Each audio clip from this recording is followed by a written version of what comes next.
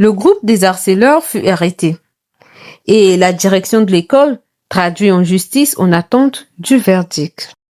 Libérez César. Les parents décident de changer d'établissement à leur fils en plein milieu scolaire. Bonjour, monsieur, dame. Nous ne pouvons pas vous venir en aide en plein milieu scolaire. Nous sommes vraiment désolés pour votre fils César. Nous vous demandons donc de vous revoir l'année prochaine. Merci et bonne journée. Et Gildas et Henriette, très déçus de cette nouvelle. Il est donc impossible pour eux d'être acceptés dans une autre école au milieu de l'année. Et César, lui, passe les 3 derniers mois à la maison. C'est la rentrée scolaire et César doit faire face aux nouveaux défis. La direction réussit de mettre les parents en confiance en leur élaborant les mécanismes mis en place par l'école pour lutter contre le harcèlement scolaire.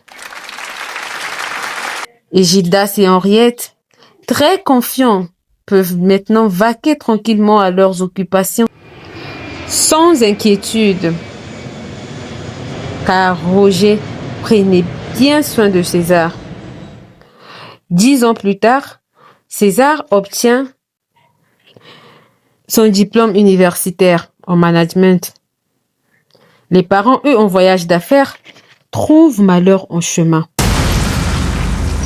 Un crash. Aucun survivant.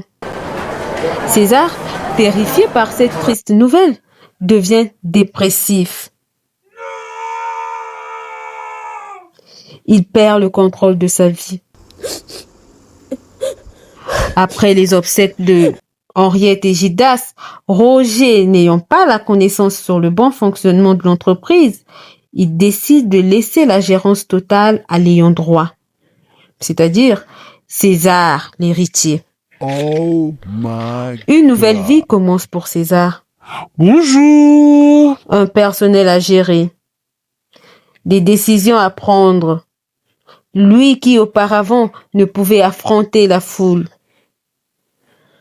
Animé par le manque d'estime de soi, il décide de confier la gérance de la direction de l'entreprise à M. Ndindondi, un ancien collaborateur du couple ayant passé beaucoup d'années dans l'entreprise. Il est donc bien placé pour accompagner le jeune César dans sa nouvelle aventure. Décide de lui nommer au poste de directeur général adjoint.